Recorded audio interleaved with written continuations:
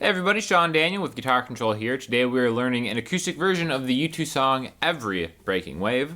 Make sure to click the link below because we're going to have the chords laid out along with the lyrics. It's a really easy song to play that you can kind of make as simple or as difficult as you want. And we're going to do a couple different ways to kind of go about the whole song, but most of it is going to sound like this.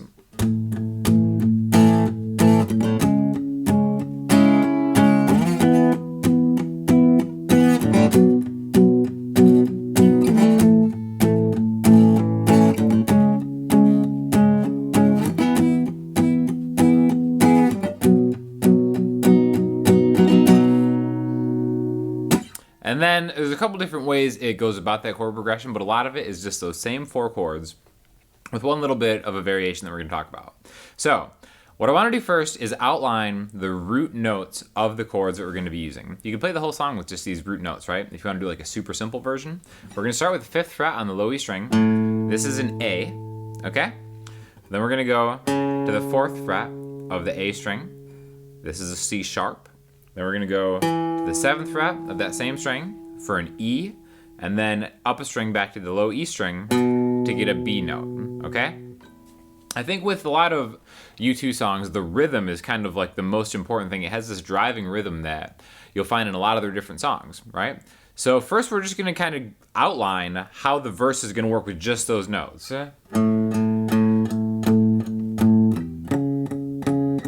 Really just kind of get used to the pattern of just moving one finger around because we're going to add this to all of them, right?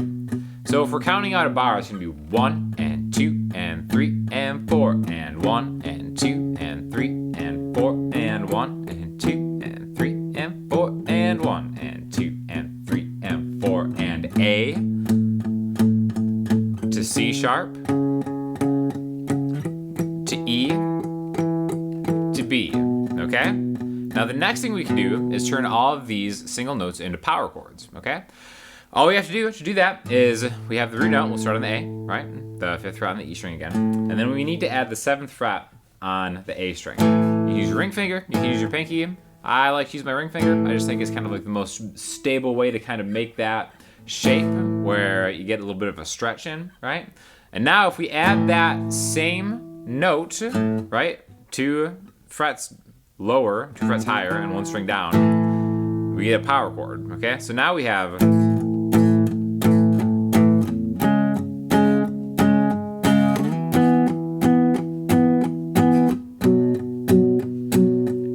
okay, so again, that's most of the song, which is great. Now, I'm playing this a little dynamically, and that's what kind of gives it a little bit of that push forward, okay?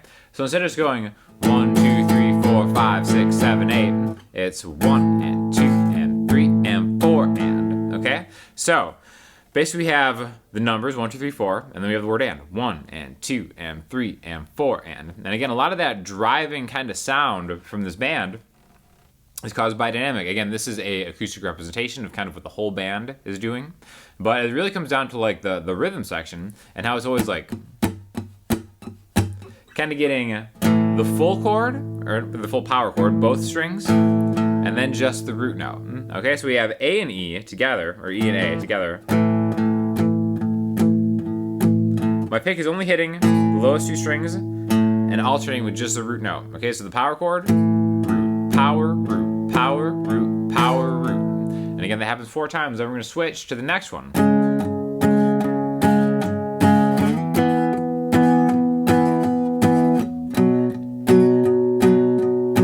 Now, you may notice that you can leave one kind of 8th note early to get to the next chord, and it sounds fine. And that's a really, really great way to kind of buy your hand extra pressure to get to the next spot. So what I mean by that is like the and of 4. 1 and 2 and 3 and 4 and 1 and 2 and 3 and 4 and 1 and 2 and 3 and 4 and 1 and 2 and 3 and 4 and 1. See, I'm kind of like jumping off on the end of 4 to get to the next one. And as long as you do it in time, it's going to sound really good, okay?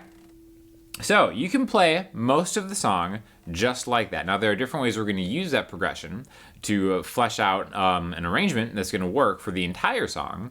But let's just talk about the bridge real quick because it's essentially the same thing, but we just add one more chord. It's going to be an F sharp, 2nd fret on the low E string. make that a power chord. And then we're gonna kind of have the same vibe back to the A. And then the same thing, E to B, okay? So it's really kind of the same thing, but it only happens, again, where you'll find a traditional bridge, kind of at like, you know, the last third of the song. And then the only other thing, arrangement-wise, which again, make sure you click the link below because it charts out everything, that you should remember is when it goes into the chorus, which again are the same chords as the verse, just that A, C sharp, E, B, we stay on that B an extra time. A lot of times what they'll do is they'll leave an extra bar of space there to really kind of come home on that first chord. But again, that's the entire thing. So now it's important to talk about how we can make that simple chord progression sound a little fuller and sound more like a song, right? So I think now would be a good time to talk about what key this is in. This is actually in the key of E major, all right? Even though we start on an A major chord, a lot of people think that the first chord that you start on is always the key that you're in. Well, actually, this is gonna be a 4, 6, 1, 5 progression, okay? What that means is if you take the notes in the E major scale, 1, 2, 3, 4, 5, 6, 7, and 1, all of those notes can become its own chord, right? So we start on the 4 chord in E, okay? And we can kind of like count through like a E, F sharp, G sharp, A. There's that 4 chord. That's always gonna be a major chord in a key with some exceptions, but if you stick within the key and don't go do anything crazy outside of the key, that 4 chord is gonna be major. So that A power chord is represented of an A major chord, okay? So what you could do, and what I do if I were to play the song live, is for the verses, which has a little bit more low-key, down-tempo stuff, or just chiller in general, I'll do the power chords. 1 and 2 and 3 and 4, and then the next one. The C sharp is the 6th chord. It's actually C sharp minor. E would be E major, and B would be B minor. Which again, when it's just a power chord, it's not major or minor, which is nice because we can simplify everything and just turn it into a power chord and not have to worry about if those root notes become major chords or minor chords. But then maybe when we get into the chorus, we go A major to C sharp minor to E major to B major, and then back into the verse. All right, so now we have like a pretty big dynamic, and I'm also using my palm against the bridge to kind of palm mute it, to kind of get maybe these short bursts instead of like a sustained chord. Right, so there's a lot of different things that you can do, but it is worth talking about how these chords are made, okay? So again, that first chord in the progression, the A major chord, you can play it as a bar chord. You can play it kind of like a bar chord, but not actually barring anything. And again, so the bar chord way would be bar the 5th fret, ring finger and pinky go on 7, A, and D respectively, and then your middle finger grabs the major 3rd of the chord, which again is gonna be the 6th fret on the G string. Okay, so you can play all of these to get an A major chord, or instead of barring it, you can just really get the fretted ones and leave the B and E string unplayed, essentially, right? Or just kind of like have your pointer finger mute them, and it does the trick, okay? So I like using the bar chord, even though there are easier ways to play an A major chord, like what a lot of people use, is just that traditional open A major chord voicing, which is the 2nd fret on the D, G, and B string, and then open A and open E, okay? So we can use open chords to do this, for sure. You can do the same thing with the B major chord, which we're gonna get to later in the progression, by just moving this 2 frets down. And again, you can play a B major just like this. You don't have to make it a bar chord or anything. You can kind of just play that same chord, and even if you get the open strings, it doesn't sound awful, and it's just an easy way to play a B major chord.